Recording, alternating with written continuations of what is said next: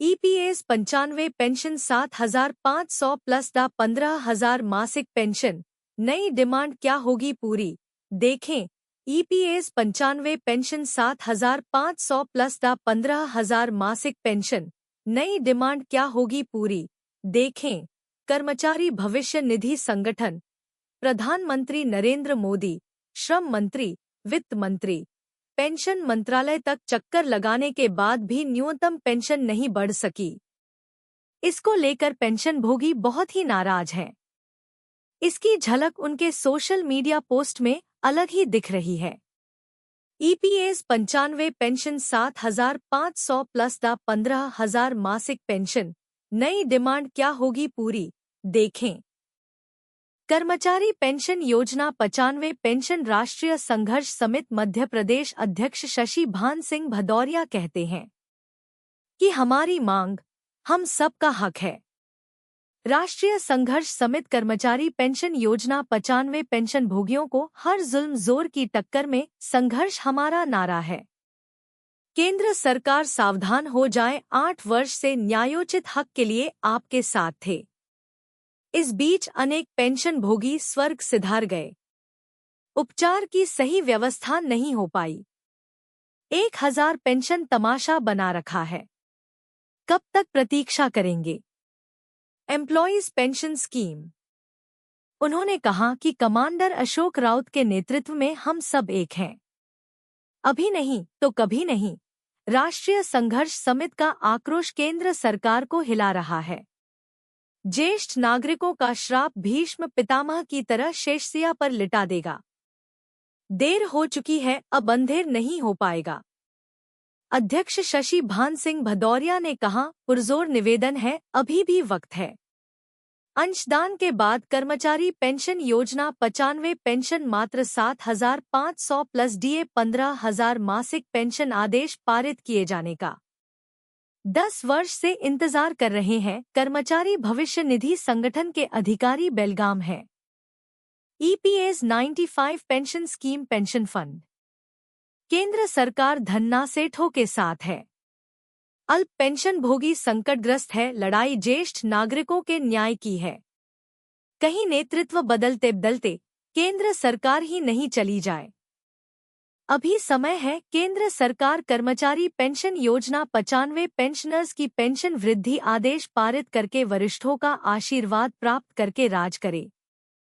जो पेंशन भोगी का काम करेगा वही देश पर राज्य करेगा। ईपीएस 95 पेंशन को लेकर सांसद ने श्रम मंत्रालय से पेंशन भोगियों की पेंशन वृद्धि की मांग। ईपीएस 95 पेंशन को लेकर सांसद ने श्रम मंत्रालय से पेंशन भोगियों की पेंशन वृद्धि की मांग। सांसद भरत सिंह दाबी ने केंद्रीय श्रम मंत्री को पत्र लिखकर कर्मचारी पेंशन योजना 95 पेंशन धारकों की पेंशन 7,500 रुपये मासिक करने की मांग की है। इसमें महंगाई और चिकित्सा भत्ता भी शामिल है। आगामी बजट में इसका ऐलान हो सकता है, जिससे पेंशनरों को राहत मिलेगी। ईपीएस 95 पेंशन को लेकर सांसद ने श्रम मंत्रालय से पेंशन भोगियों की पेंशन वृद्धि की मांग। पाटन, गुजरात से सांसद माननीय श्री भरत सिंह दाबी ने केंद्रीय श्रम और रोजगार मंत्री डॉक्टर मनसुख मांडविया को एक पत्र लिखा है, जिसमें कर्मचारी पेंशन योजना 95 पेंशन धारकों की पेंशन वृद्धि की मांग की गई है और इसमें पेंशनरों की मौजूदा समस्याओं और उनके समाधान की विस्तृत जानकारी दी गई है। तो चलिए जानते हैं कि कर्मचारी पेंशन योजना 1995 पेंशन को लेकर सांसद ने श्रम मंत्रालय से पेंशन भूमि की पेंशन वृद्धि की मांग पर क्या कहा है। आइए जानते हैं विस्तार से। ईपीएस 95 पेंशन को लेकर सांसद ने श्रम मंत्रालय से पेंशन भोगियों की पेंशन वृद्धि की मांग। पेंशन फंड पेंशन राशि में वृद्धि की मांग।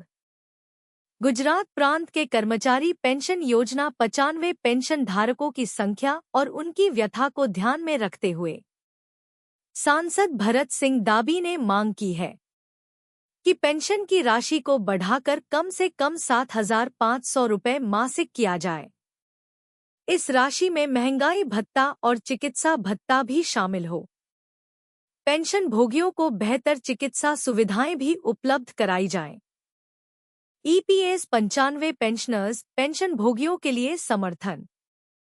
7 साल पहले पेंशनर संगठन के राष्ट्रीय अध्यक्ष श्री अशोक रावत को भरत सिंह जी ने एक वादा किया था, जिसे पूरा करने के प्रयास में यह पत्र लिखा गया है। पत्र के अंत में सांसद महोदय ने वृद्ध पेंशनरों की लंबे समय से लंबित मांगों को हल करने का अनुरोध किया है। एम्प्लॉयज पेंशन स्कीम एनएसी की भूमिका। एनएसी के राष्ट्रीय अध्यक्ष कमांडर अशोक रावत ने 5 दिसंबर 2023 को एनएसी के प्रतिनिधिमंडल के साथ दिल्ली में सांसद भरत सिंह दाबी से मुलाकात की थी। इस मुलाकात के दौरान पेंशनरों की समस्याओं को विस्तार से बताया गया था। इसके बाद ही सांसद महोदय ने यह पत्र लिखकर पेंशनरों की मांगों को मंत्रालय तक पहुंचाया। पेंशन फंड बजट में हो सकता है ऐलान। उम्मीद की जा रही है कि आगामी बजट सत्र में पेंशन वृद्धि और चिकित्सा सुविधाओं के विस्तार का ऐलान किया जा सकता है।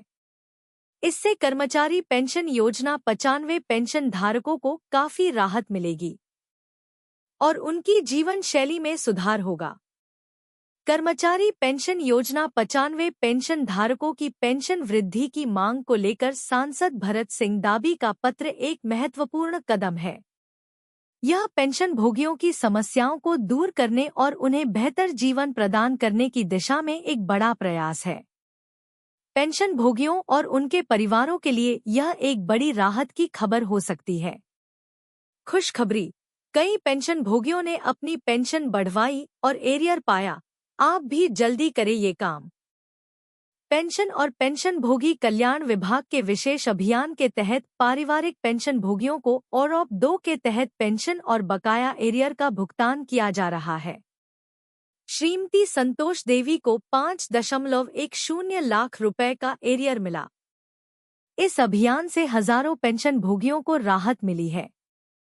नई दिल्ली, पेंशन और पेंशन भोगी कल्याण विभाग DOPW द्वारा आयोजित विशेष अभियान के तहत पारिवारिक पेंशन भोगियों को पेंशन वृद्धि और बकाया एरियर का भुगतान किया जा रहा है।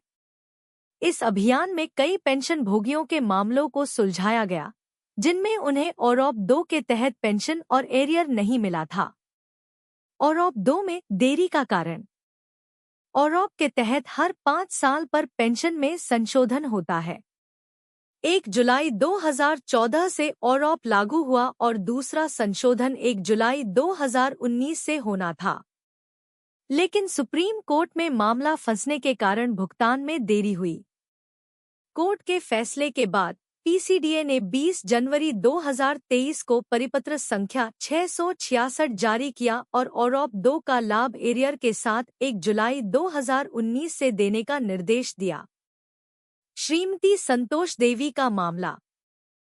सेना से रिटायर स्वर्गीय श्री केशर सिंह की पत्नी श्रीमती संतोष देवी को OROP 2 के तहत पेंशन और एरियर नहीं मिला। उन्होंने सीपेंग्राम्स पोर्टल पर 18 अप्रैल 2024 को शिकायत दर्ज की।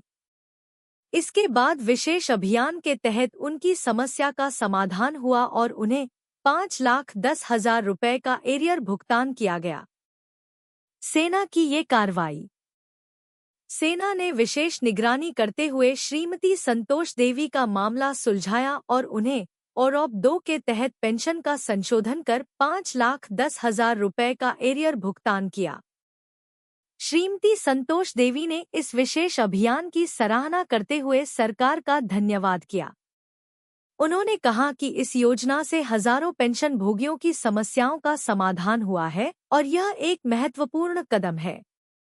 इस विशेष अभियान के माध्यम से कई पेंशन भोगियों को बड़ी राहत मिली है, जिसमें OROP 2 के तहत पेंशन और एरियर का भुगतान किया गया है। यह कदम पेंशन भोगियों के कल्याण के लिए एक महत्वपूर्ण प्रयास है।